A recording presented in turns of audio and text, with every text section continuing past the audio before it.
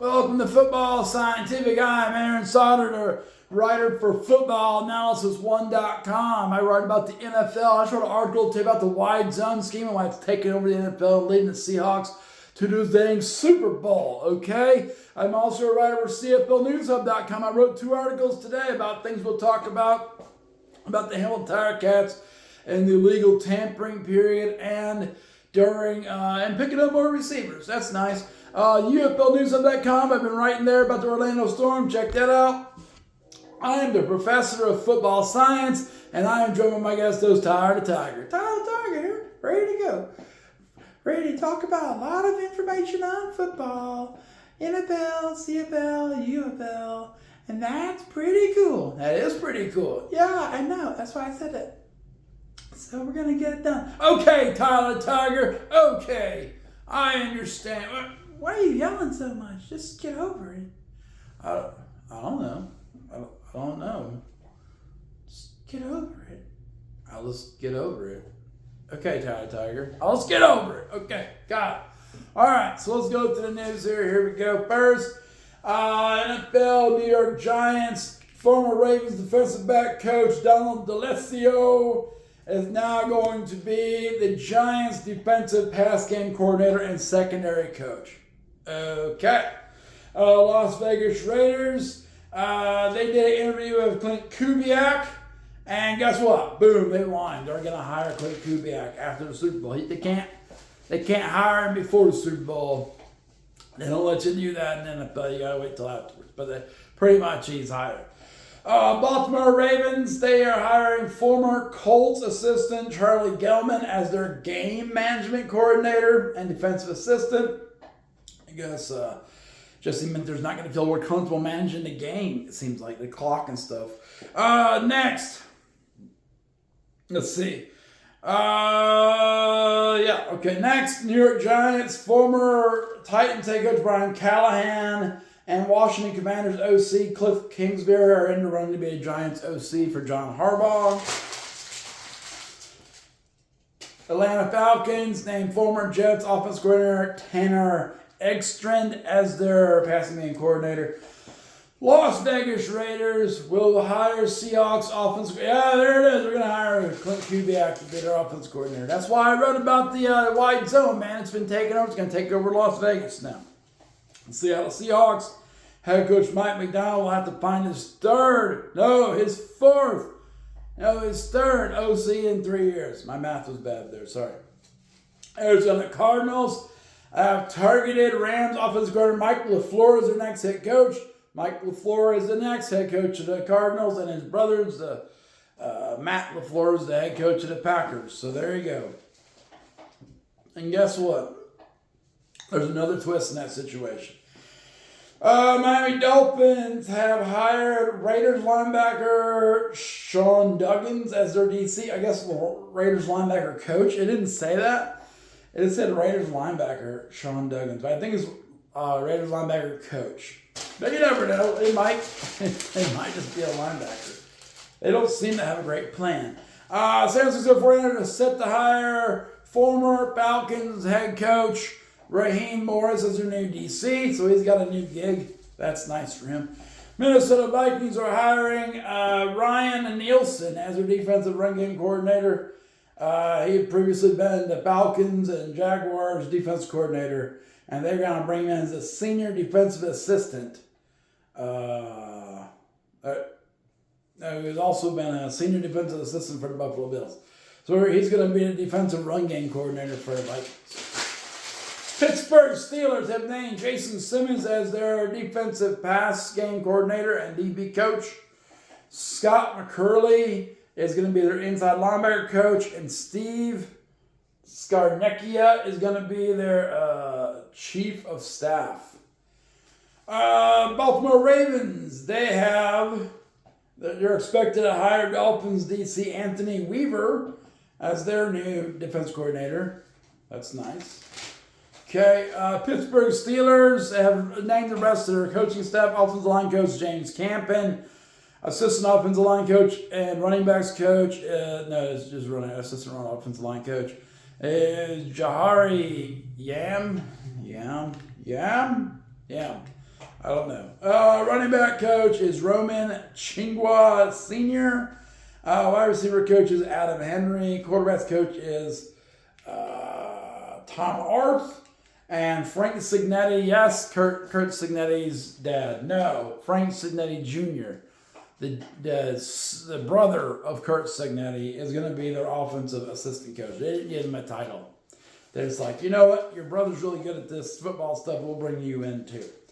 Baltimore Ravens assistant coaches, Dwayne Ledford is now their offensive line coach and run game coordinator on offense.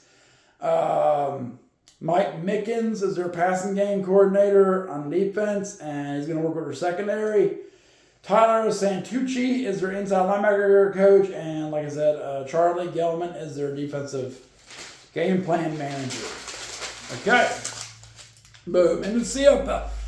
In case you didn't know, this week's the legal tampering window for the CFL before free agency starts next Tuesday. It was a busy day yesterday. Tired Cats got a few players. I'll have those in a second here, but it's been a busy day, a couple days in the CFL. It will be all week, pretty much, and next week and the week after. Those are like the busiest times to write about the CFL. All those articles can be seen on CFLnewshub.com. But here's what we got going now. Montreal U.S. Sean Lemon, he's going to retire. No, he's going to leave Montreal. He said he doesn't want to retire, but he would like to play in CFL sometime. Sean Lemon, he's got some issues, man. Saskatchewan Roughriders have released longtime kicker Brett Lucier. Edmonton Elks agree to terms with Canadian linebacker Michael Brodique. The Elks were very active yesterday in the first day of the tampering period. Hamilton Tiger Cats, they have Justin Dunk from 3 Down Nation says that they're interested in getting Argos linebacker Wynton McManus, although they've not made a move on that yet. But that should be the big move, I guess, to pick him up to replace Devin Verasek. Our Red Blacks agree to terms with Cardinals Canadian linebacker A.J. Allen. Our Red Blacks have agreed to terms with former Tiger Cat running back Greg Bell, which hurts a little bit. Greg Bell is pretty good for Hamilton. I guess they got to find a new running back. I hope we can pick someone up. They're in free agency. It's hard to get good running backs in the CFL, and they let Greg Bell go. So Saskatchewan, not that he was the best, but he was pretty good. Deontay McMahon's available. Pick him up. Saskatchewan Roughriders have agreed to terms with American kick returner James Letham Jr. Our Red Blacks have agreed to terms with all CFL strong safety CJ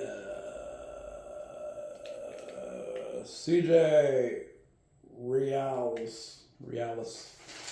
Okay. Our Red Blacks, they've been very busy these last 2 days, have agreed to terms with former Rough Rider defensive lineman Habukuk Baldonado, and they agreed to terms with Canadian linebacker A.J. Allen, I mentioned that. They agreed to terms with former Saskatchewan Roughriders quarterback Jake Mayer. Okay, a lot of guys that, well, I don't know if they're getting any better. They're getting a lot of people. I don't know if they're getting any better in Ottawa. They're very busy, though.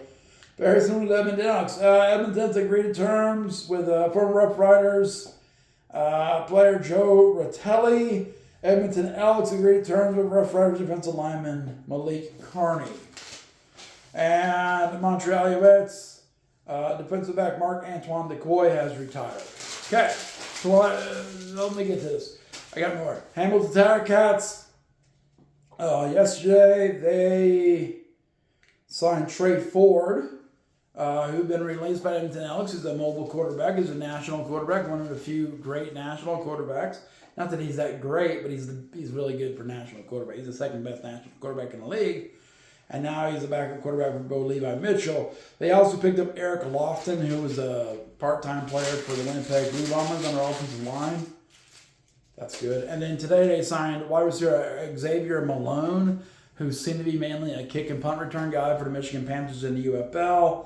And then they also extended or re-signed wide receiver Keaton Bruling, who is, he's a national wide receiver with a nice build, so you got to kind of keep him and integrate him because you can use him for the ratio rule, you know.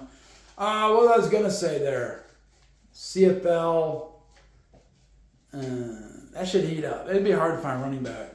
UFL, boom, released from the roster. DC Defenders have released safety Lewis Sine, offensive tackle Silas Dzangi, offensive tackle Elijah Ellis, and wide receiver Jalen Virgil. And then Louisville Kings have released offensive tackle Gunnar Britton. And then DC Defenders have signed defensive back Gary Conley and signed defensive back Derek Parrish. I think I mentioned that last week. Columbus Aviators signed wide receiver Rashard Davis and linebacker Fred Tompkins. So that is what you're looking at for recent news in the NFL, CFL, UFL. I'm no longer covering the NA or IFL because the prices to watch those they used to all be free. I started covering the IFL and NAL 3 years ago, and everything was free. It was all on YouTube. You could watch an unlimited number of games at the IFL. Okay. You could watch an unlimited number of games at the NAL. Okay. But then last year, the IFL started charging a subscription fee. So I paid $30 for the whole season. I'm okay with that. I'm okay with it. That was cool. And where I like watching IFL, it was nice. But now they're not using the IFL network like they did last year. I could pay the $30 again. But now they want to use FanDuel News Network. And I looked into that, and you got to have a cable provider. Now, I don't know if they know how that escalates quickly. Cable is super expensive, y'all. And to have a cable provider, my budget is going to go way up to watch IFL football. Also, they're going on Yahoo Sports Network, which I've heard you can find if you have the right TV. But frankly, I just don't care that much. The IFL was fun to cover when it was free, okay? And I didn't mind the $30 last year.